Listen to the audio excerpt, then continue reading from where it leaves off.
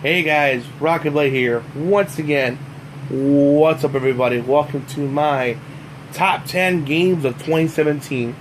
Man, 2017 has been an awesome year for gaming. And so with 2018 around the corner, introducing some more awesome games like Kingdom Hearts 3 and Mega Man 11, Death Stranding amongst many, many others.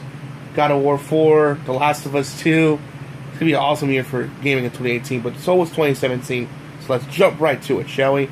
Number 10 is a tie, and you'll see why, because I couldn't pick one over the other, and they both play on nostalgia in an excellent way. That is tied for number 10, Cuphead and Sonic Mania. Sonic Mania went back to its old school roots and plays like the first Sonic trilogy, the first 3 Sonic games, and it's such a love letter to Sonic fans. And how would I know this? How would I know this? You would ask.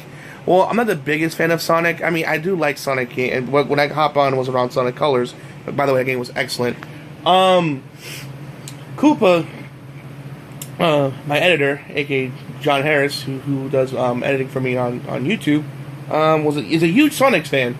So every time we do a level or fight a certain boss, it's like, oh my god, this boss is reference from Sonic 2, or Sonic CD, or Sonic and Knuckles. This track is from this, or this track is from Sonic, the original Sonic, or Sonic CD, or this track is remixed, or this is the stage, but like revamped in a different way. I mean, it was so cool to see him pointing out and referencing different things or different boss fights. Some were new, obviously, but there were some boss fights that were from previous Sonic games that were brought back here for Sonic Mania. So it was good. It was cool to see that through his eyes, just fangasming and then just having a good time with it, which made me have more of a fun experience. So I was like, oh wow, cool, that neat. I mean, it got me more into the game, and it was pretty fun.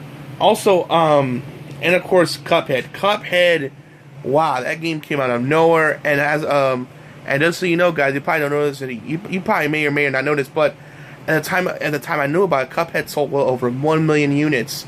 Now, as I did more research on it, just before this video, I found it passed 2 million units. So this sucker sold over 2 million copies. That's right. Cuphead showed you don't need a big publisher to do well. That sucker sold 2 million copies / units. So digitally, physically, whatever. Point is, it did a great job. So good on you, developers of Cuphead. You did an excellent job. It's an excellent run and gun game with a beautiful, like, 1930s type of art style. I wouldn't say it's Dark Souls hard. I mean, it's a little bit like Dark Souls hard, but I would say it's more like on the lines of Punch-Out hard. Like, the bosses are hard, but unlike Dark Souls, they are predictable, and they do the same, and they fight the same type of way. It's more just picking up on their patterns. Before you know it, you're beating them in no time. So it's more like Punch-Out hard, not necessarily Dark Souls hard. It is a little bit from a standpoint that, unlike, which I originally thought you gotta go through like a hard, like run and gun level, then the boss. It's just either the run and gun or the boss, or the run and gun level, or the boss fight. And the good thing about it, it's like Dark Souls from a standpoint that not to give up and just keep trying and trying and trying. You got infinite tries, and before you know it, you might even beat it. So, they're both fantastic games, and both of them only cost like what, $20. So that $40 for 2 excellent games. What are you waiting for? Grab them while you can. They're both muy excelente. Alright guys, number 9 is Fire Emblem Warriors. I wanted to say Heroes, but here's the good mobile game. But Warriors is the Dynasty Warrior game of the Fire Emblem franchise. And it was fantastic. It had all the memorable characters from Birthright and Conquest and Fire Emblem Awakening, even introducing new characters, and it was brave. It was a great co-op experience. Plus, just in case you don't have the Switch, which I understand, Switch is still kind of hard to find. They have it on the new 3DS, but sadly, only new 3DS XLs can handle it. Older 3DS models can't. Really, I understand it's a more powerful game, so I understand it. Which makes sense. But it's fun. It's an excellent co-op. Lots of fan service in terms of characters. It feels like that nice mixture of both Dynasty Warriors and Fire Emblem. They did an excellent job, Nintendo and the Dynasty Warrior developers. They did an excellent job. Kudos to them. And the great thing about it, I actually like it more than Hyrule Warriors. Don't get me wrong, Hyrule Warriors is fun, but with Fire Emblem Warriors, there's so much more to work with, because I mean, Fire Emblem got years and years and years worth of like material to work off of, like way back since like the NES or Super Nintendo days. So they got lots of stuff they're working with in terms of like content, you know. So with the season pass, they have, hell, they wanted to, they could probably add another season pass just to give us more content, because they have so much to work off of and gives a sense of bosses and characters from past and present. I mean, it's insane. So overall, it's a fantastic game. It was well done, great co-op game, and even with all the chaos, it didn't lag or crash at all, not even once. It held it up pretty well despite all the chaos and all the crazy specials that were happening at time. Maybe the frames will dip every once in a while, but most, like I would say 90% of the time, it handled all the craziness for the most part. So again, another great Fire Emblem, another great Fire Emblem game. Also another great Dynasty Warriors crossover Fire Emblem game that did fantastic, and another great game to own on the Nintendo Switch, which by the way sold 10 million units right now. So go to Nintendo, it's a great system. So there's that. So again, there's that. Get it. It's a great game, and it's especially since it's co-op. I grab that shit immediately. It's a lot of fun. All right, number 8, and it's kind of sad I'm putting it this low, considering the fact I'm a bit of franchise of it since the 3rd installment, and that is Tekken 7. Don't get me wrong, I like Tekken 7 a lot.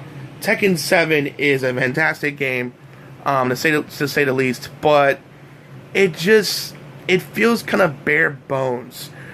Story mode wasn't really for me. If you're more of a Heihachi and Kazuya fan, then this game's right up your alley. But for me, not so much. I mean, the story mode's still cool, had some cool moments here and there, but there's not really, there's not really, much for me anyway. What else? I didn't like, the fact that they, took out, Rue, even though I wasn't a big fan of the character, but they took out this kangaroo character named Rue, because Peter was all like, well, you gotta take him out because they'll encourage animal violence, even though he's been there for years, and now they're fucking complaining about it? Seriously. So we lost our character because of that shit. And on top of that, I hate how, Tekken Bowling, which was, for a while with the Tekken franchise, was a free, little, bonus game you get to play with it, you gotta pay, $14 for. I mean, don't get me wrong, they do bowling in Tekken excellent. It's a lot of fun. It's a great time killer when you want to punch people in the face. But it's just, I feel like it shouldn't be something I have to pay $14 for. I feel like we should a free update, or at the most, if you want me to pay, at least make it $5-6. I feel I shouldn't pay $14 or something like that, especially when it was free in previous installments. Plus, it's not the biggest roster either. But what's good about it? There's pros though. Don't allow me. I'm bitching about it a lot. There's other good things about it. The combat's the best ever. Has a good, healthy roster, both old and new.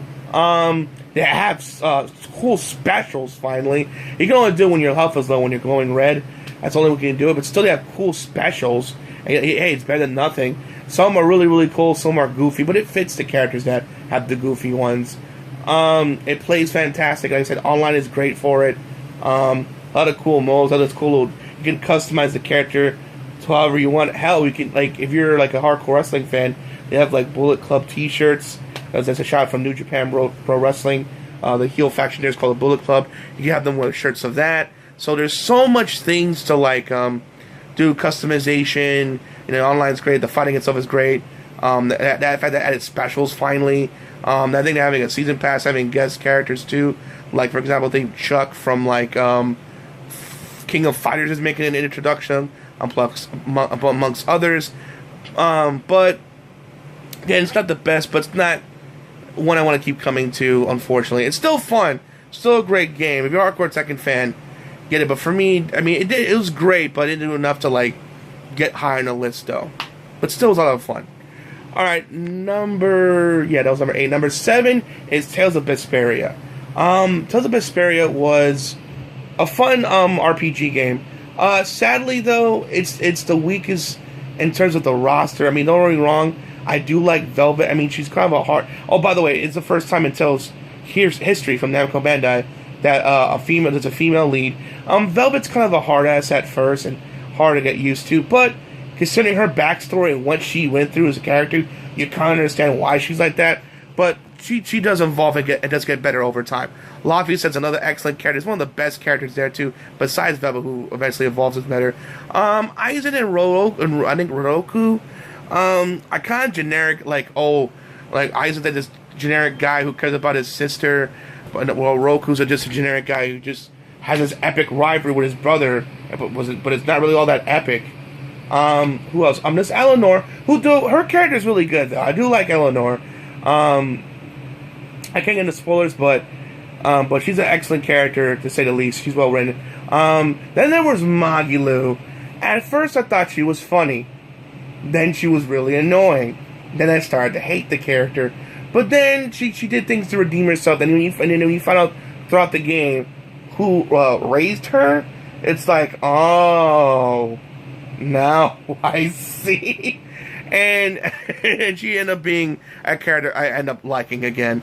Not loving like I did in the beginning, but I end up growing to like her. But still, what was good about it though? I mean, it has a weak roster, and it kind of a weakish story at times. Well, but the story did enough to keep me going, though. However, the combat's the best it's ever been. It's co-op, up to 4 people can play. That's right, an RPG that is a long open world RPG has co-op. There's not a lot of these, honestly. Then the only ones that really that embrace the co-op RPG for both online and couch, I think, is besides the recent Diablo, I think it's a game called Divinity. But those are the only ones I can think of that has co-op in this big open world RPG type of games. So it's the only one that really does it. You would think there'd be more like games that try to jump on that bandwagon, but there's not a lot, honestly. Oh, and plus, I like how you can custom, you can like upgrade your weapons and stuff, and have them cook food and get your stats, and like they have these cool, like awesome, like specials. You can also get them to wear these weird, goofy costumes and stuff. There's a lot of good side quests and good side story quests that really add to the game. It's just it's a good time. It's not the best in the world. It has its problems though. Like hell, for some reason, at a certain point, you can't use a PlayStation 2 to film it for some weird reason. What's up with that? What's up with that, Namco Bandai? But other than that, it's still a fun game. It's not as good as like Symphonia. Well, it's definitely better than Dawn of the New World by a long shot. Because Dawn of the New World was riding the coattails of Symphonia, which is to me, in my opinion, the best one of the series. Where this one, at least it was trying to be its own thing. But at least it was good enough. It was good. It was good enough to be its own thing, but wasn't like great enough to reach the height of like Symphonia did. But still a great game. It's a PS4 exclusive. Go grab it. It's definitely fun. Now, okay, number 6 is Yakuza 0. This game, Yakuza 0, is so damn Japanese. And I mean that in the best of ways. It's so Japanese. It's so over the top. But you can't help but smile and love it. It's a great game. And also proves that, hell, hey there, fans. Hey there, guys. Sonic ain't the only thing Sega can make great. Hey, Yakuza's another one. And they knocked out the park. It's a great story, too. And for new Yakuza fans like me can jump in and play it. It's really fun. It's a Kirito. I believe his name is Kagyo. I think I pronounced his name wrong. I apologize. But he's a great main character. He's just so funny and over the top. He's not over the top, but he's just funny. Like how he's so serious, but could be funny at the same time. At times, like we're singing the song "I'm Breaking the Law" like that, and just like you can do karaoke. It's so funny. The mini games you can do is funny, from karaoke to like little kart racing to bowling. See Tekken, aka Namco Bandai, they can do it for free. What the hell, Plus, you can like do these things, do these special side quests and get cool new moves and stuff. And it's just cool to how you can find these different ways just to hurt your thugs through chairs and weapons and guns and shit. It's just over the top, crazy specials, and you can do to hurt your enemies. And also, not only that, it has a great story to boot. A great story with a lot of plot twists and turns. It was really well written too. So well written action game. The only thing that's bad about it, if I have to say, is that it gets a little bit repetitive at times. After the comic gets a little bit repetitive, not too repetitive. It's still fun, of course, but it gets a little bit repetitive sometimes. And sometimes some of the side quests can really drag, and just be boring. And sometimes you have to wait for certain things to pan out. But for most of the time, it never really crashed or lagged on me. It ran smooth. Oh yeah, and one of the fighting styles, because you can play as two different characters. His character with the eye patch, I forget his name sadly, but he has his one fighting style, like a dancing one. I mean, it looks cool, but it leaves yourself wide open. But at least the rest of the styles, I'm happy to report, are really, really great. And honestly, and I just wish it was in English too, though, like an English dub. Though people would say, though, the Japanese jokes will be lost in translation. I don't think so. Considering there's great English dubbers out there, but from Viz and Funimation, I think they'll hire good teams so that where the jokes will stick or make it to where the Japanese crowd can understand it, or us, the Americans, can understand the jokes they're trying to tell. So yeah. And after all, then they did it before at one point, and Mark Hamill played the guy with the eye patch. He played, which by the way, that character's crazy, by the way, as he found out throughout the game, which makes sense for Mark Hamill to get a character like that. So I'm saying I don't see why not. But ultimately, it's still a great game. Combat's great. It has some epic boss fights. There's so much to do in terms of side quests and like side activities. And if you're new to like a fan like me, this is a great time to jump, hop in and play. It's a lot of fun. Definitely go check it out. All right, now we're getting to the top 5. Here we go. Number 5, Resident Evil 7. Don't get me wrong, I was one of those few people, I admit, please don't hate me, that actually liked Resident Evil 5 and 6. But if you hate it, I completely understand, because that's not what made Resident Evil special with its action. It made Resident Evil special with its horror. And it went back to that in such a grand fashion that I can't help but praise it. It did a fantastic job. It's scary, it immerses you like with Dead Space, because the only time you can check your health is you gotta, press up the D-pad to look at your watch to see how your health is doing. I mean, and unlike with Resident Evil 2, Resident Evil 1, the original one, where you play as a cop or BSSA like soldier, you're just a dude just trying to find his wife and trying to escape with her against the crazy Baker family, and it's just insane to say the least. That game, it has such twists and turns and yeah, there's not a lot of it's not a lot of monster varieties, but the game keeps you on the edge of your seat. There's this cool VHS tapes that you find to figure out, to help you with clues how to figure out to advance the puzzles. A lot of cool puzzles. Combat is cool, even though it's a first person. Really encourage you to take your time. Even when you get, there's like weapons like the handgun, the shotgun, the flamethrower, and a grenade, and eventually you get later on a machine gun. You get these different kinds of weapons. Trust me, you're not a badass. Take your time, otherwise you will die. I mean, it's cool, epic boss fights. It's not a lot of monster varieties. It has a lot of cool, epic boss fights, to say the least. And it sold really, really well, honestly. And even doing more DLC for it. Like I'm no Hero Think DLC with Chris Redfield. So there's that. So yeah, it's just fun to see what they do with that franchise and what they do with the next. It's so fun. It's really, really cool. And honestly, I can't wait to see what they do with the next. And Resident Evil, it's back and better than ever, man. So good on Capcom. Alright, number 4 is Super Mario Odyssey. Man, that game was fun as hell. Holy shit, that game is fun. Super Mario Odyssey is just, it's just so fun. Just like I mentioned with Justice League on my top 10 movie reviews of 2017. It made me just put a consistent smile on my face. The boss fights were epic. The worlds were beautiful. The how you control enemies and how they interact with the world was so smart and clever, and it's instant gratification with the moon orbs and stuff, and how different costumes can help you get more orbs as well.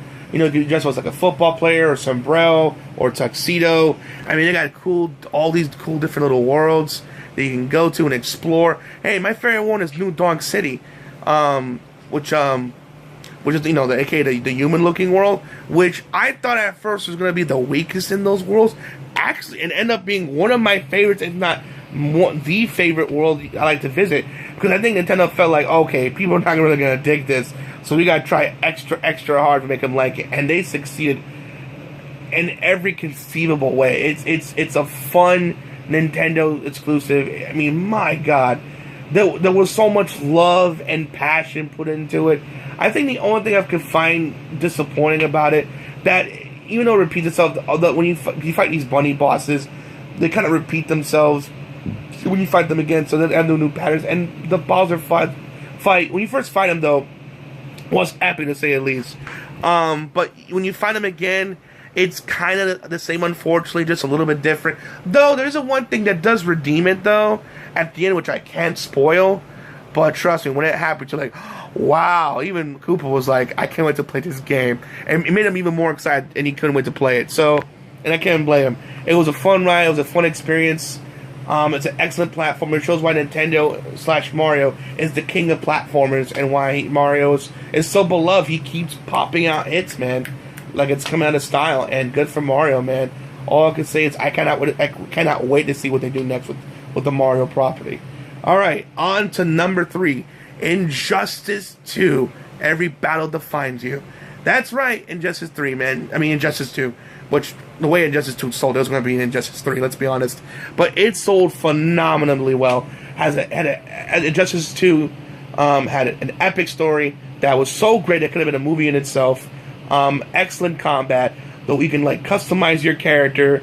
You can customize your character to make it look like any way you want. It was so awesome. So you can make like how you want Flash to look like, or Superman, or Batman, or Wonder Woman, or Supergirl, or the Green Arrow, whatever you want. However you want them to look like, you can make it how you can customize them into the hero you want them to look like. Excellent voice work. They have cool alternate skins. So we're like, if you want, like, even though there's an alternate skin of Captain Cold that looks like Mr. Freeze, or the alternate costume of Flash look like Reverse Flash. Even though they fight the same, but they talk as if they're those characters. They're not talking like Captain Cold's not talking like Mr. His Captain look like Mr. Freeze. He's talking like Captain Cold, or Flash is talking. It's Reverse Flash. It sounds like the actual Flash. All the costumes sound like they're those characters. They fight the same like the heroes, but they feel like they're actually real and there, and that's a good thing. I like that. The story is great. The online is fantastic. You can even join a guild. Plus, they have the metaverse world where you can go to like they do these crazy random battles to get more costumes and stuff. Plus, they're adding more characters too. They added Hellboy, Captain Atom, Enchantress. They're planning to add the Teenage Mutant Ninja Turtles. That's right, the Teenage Mutant Ninja Turtles. I mean, there's even a petition out there that that they want NetherRealm to put the Power Rangers in there, and I'm like yes, and more yes. See, but unlike with Tekken, Injustice getting a lot of support and a lot of love, and doing a lot of things to keep you want to go back and keep playing and playing and playing. I mean, it's addicting. It's so much fun. It's such a fun fighter. So I'm almost surprised it got Fighting Game of the Year. It totally deserves it.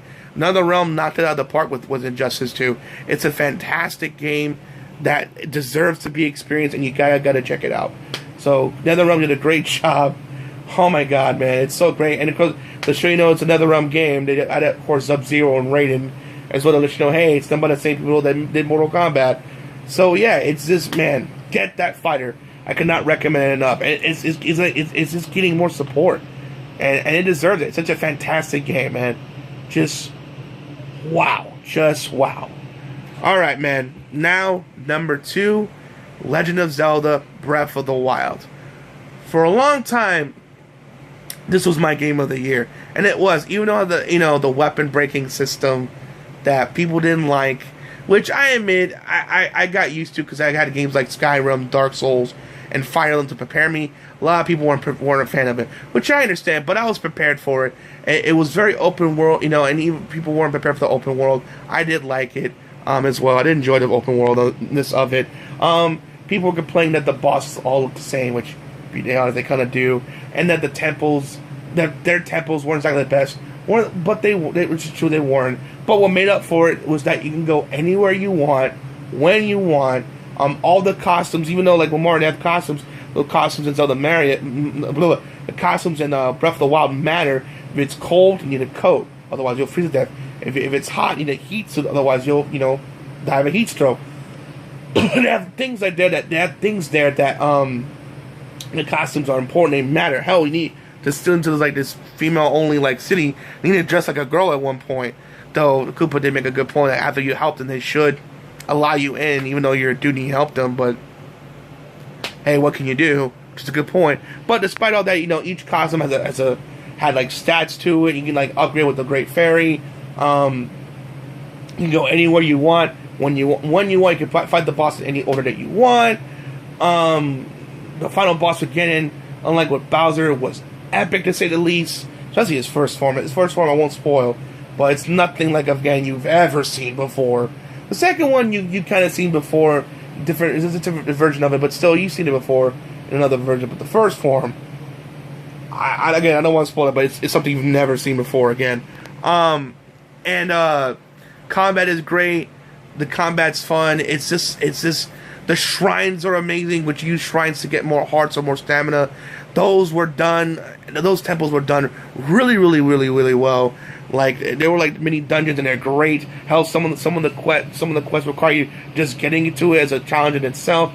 It was really done stuff. Though I admit, even though the main people complain the main dungeons were bad, I think that's the problem. I think that they focused so much on all the extra shrines, but by the time they got to the main dungeon themselves, they kind of got burned out. So I think next time when they do the next one, which by the way I heard they're working on it right now as we speak, so that's great to hear. They should focus on the main like boss quest first, then focus on everything else. So that way put the best in those. And other ones, still put the good ones, but you won't put the best in the boss ones. You know what I'm saying? To really feel like, oh, these are some next level shit. It's really well done. There's voice acting finally. Really, I think it's really well done in my opinion.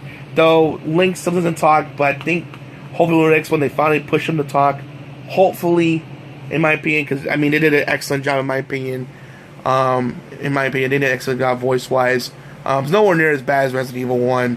Would stop it. Don't open that door. It's way above that. So kudos to them. And yeah, the only time it really lagged, though, because I got the Wii U version, the only time it really lagged, which I don't know why, for some reason, every time I fought this really tall monster, he's like tall and he's kind of like, built in the middle, but like gets skinny arms and legs. Every time I would like whack him and finally like reach him and he gets low, I gotta hit him in the head. Like it will like lag for like 10 frames per second. It gets really, really weird, to say the least. But other than that, it ran fine. It never crashed on me once, and it was a cool, fun experience, man. And costumes that matter. A beautiful, epic world like with Mario. But epic, the bosses weren't as epic. The world was better, and the costumes were better, and the final boss was better too. And it was just an epic game, and it's almost a see and do and explore. They even added DLC to really add to the experience. So yeah, it was my runaway game for Game of the Year. But then, with number 1, there was a game called Persona 5. That's right, ladies and gentlemen. Ding, ding, ding, ding, ding. RTB, aka RockingTheBlade, has announced that Persona 5 is my pick of Game of the Year. And but unlike with Zelda, had not only the all the bosses were epic, the worlds were epic. All the characters were well written. You cared for each character. The combat was not only fun and addictive, but they simplify it for an RPG. Because I'm almost a shooter guy, and for them to simplify it to enough to where I can understand. They did a great job. It's a great hopping in point. Hell, Persona 5 was so goddamn excellent that I had a copy of Persona 4 digitally on the PS3. After I beat Persona 5, It was so damn fun, and I understood the game better. I went back, played Persona 4 on the PS3, and beat it. Like, start from the very beginning and beat the entire game. Like, that's how good Persona 5 was. Like, I wanted more Persona goodness, and then it made me go and play Persona 4, and I beat it. That's how good Persona 5 was. It was so well written. It had epic bosses, though some bosses were, in terms of design, hit and miss. I have to agree with Koopa. I do agree, though, it fit the character and the theme, but it's like some bosses were hit and miss, to say the least. Very, very hit and miss. Like, one was like this baby, deformed-looking baby thing from the first boss. Like, ooh, this is interesting. The next one's just like, I'm paintings. I mean, hell, it wasn't the best, but at least they were trying. Unlike with Zelda, which they all admit they all look the same, even though they fought different, they all looked the same. Each boss was uniquely different. So this is the final boss. He looked amazing, well above Persona 4. Because Persona 4, I won't spoil how the final boss looked on that, but he has nothing on the Persona 5 boss. He looked like an epic boss. Like, oh shit, we need to beat this thing. It was just so well written. It was very funny. You cared for each of the characters. The combat was great. I like how you like it was well explained. There's a fun activity, and a lot of fun side activities like it was in Yakuza 0. It's very Japanese, like Yakuza 0, but again, I mean that in the best of ways. It was well acted, great addicting combat. I love how you can do this hold up system with your guns, and like so you can get monsters and stuff. I like how you get monsters. Each world felt different. Like one, you're like a phantom thief, so you're like doing things that thieves want to steal, like from like banks and art museums, and castles, etc., stuff that has money for them want to steal. So it's really, really good shit. It's just so well written, so well done. You cared for each character. All the villains were written well and easy to learn, easy to understand combat. It was just so addicting. I think the only thing I can really say bad about it, honestly, is the fact that if your character dies, unfortunately, it's automatic game over and everyone dies. But if you build a relationship with characters, they'll be able to save you, so that won't happen. So even that could get forgiven. Even then, especially if you fall in love with someone, because you can't make relationships, they'll try to save you so you won't die. But other than that, it was a fun game. It was addicting. It was fun, and honestly, it's my pick of game of the year. Surprised no one's picked. Don't get me wrong. People picked Breath of the Wild, and it was great. If Persona 5 had not come out this year, I would say Breath of the Wild easily. But in my opinion, my pick for the game of the year, and that is my RTB, aka RockingTheBlade game of the year, is again Persona 5. Hardly any complaints. And like with Yakuza 0, it's a great point to jump on it and play. It's fun. I understand it was being memed on the internet, and now I know why. It totally deserves it. It's a fantastic, fantastic experience that you cannot pass up. You'll never see him coming. And also, it's great game soundtrack. Hell, even Koopa was getting invested. Like, wow, I can't wait to see what happens next. Hell, it did so well. It's getting an anime Persona 4. So there's that. All right, guys. I hope you enjoyed the video. Please make sure to rate, comment, subscribe. As always, this is RockingTheBlade signing out. Hope to see you guys again real soon. Peace out. Here's some more great gaming in 2018. Have a great day.